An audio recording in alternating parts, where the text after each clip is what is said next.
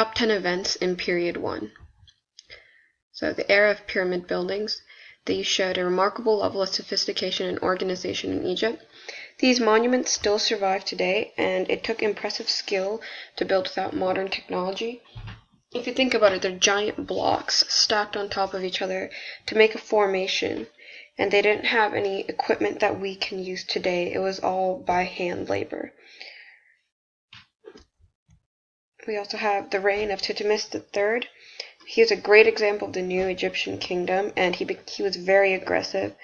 So this is important because he was able to organize his army effectively, and during his reign, Egypt was able to invade before they were invaded. So they took over many places, and they took over the trade there also. Number 8, reign of Hammurabi. So during this time, he created the Hammurabi Law Code. We still have it today, like in the stone blocks. He had it posted all over the empire, and it applied to everyone as long as they were the same class. It's famous for the phrase eye for an eye, tooth for a tooth, and it's seen also in later places, like in the Bible. In the Old Testament, we see it being said with the Hebrews. The Hittite state, they were amazing invaders, and when they invaded other places, they brought new technology into warfare. They were the first to use war chariots and were able to effectively conquer many states. So during the time that they were invading, it was a great diffusion of technology, and other states were able to learn how to use war chariots to have warfare. Aryan immigration. So the Indo-Europeans, called Aryans, began migrating into India. They gradually pushed Dravidians, the native people, into the south. They bring many new ideas, and such as like the Rig Veda and all, and their teachings were passed down orally through songs. And most importantly, they start to give social structure to India and some sort of caste system. So the Hyksos invasion into Egypt. They were able to invade so easily because Egypt didn't have new technology. So when they invaded, people were forced to adopt the new technology to revolt.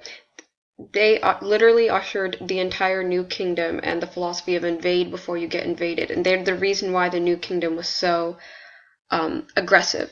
So their invasion changed Egyptian outlook and how Egyptians use technology for the future. The emergence of Varna distinctions.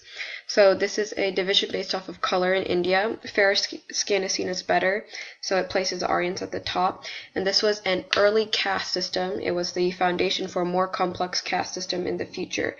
So we're already beginning to see the social structure become more defined, and this is the entire basis that the more complex caste system will be built upon.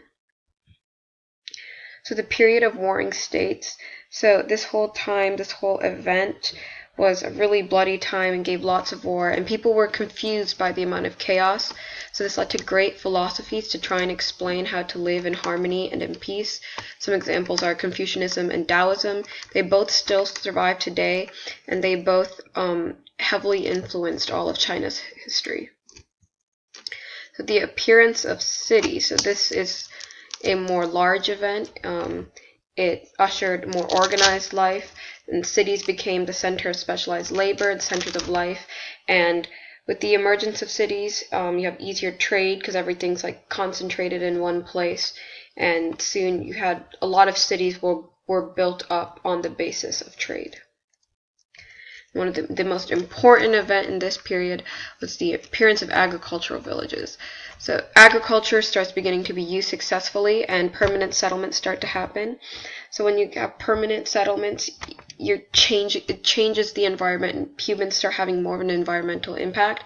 And they also have a surplus of food with agriculture, so not everyone has to be growing food all the time, and you get specialization of labor and new technologies such as plows and pottery and more efficient ways to do things.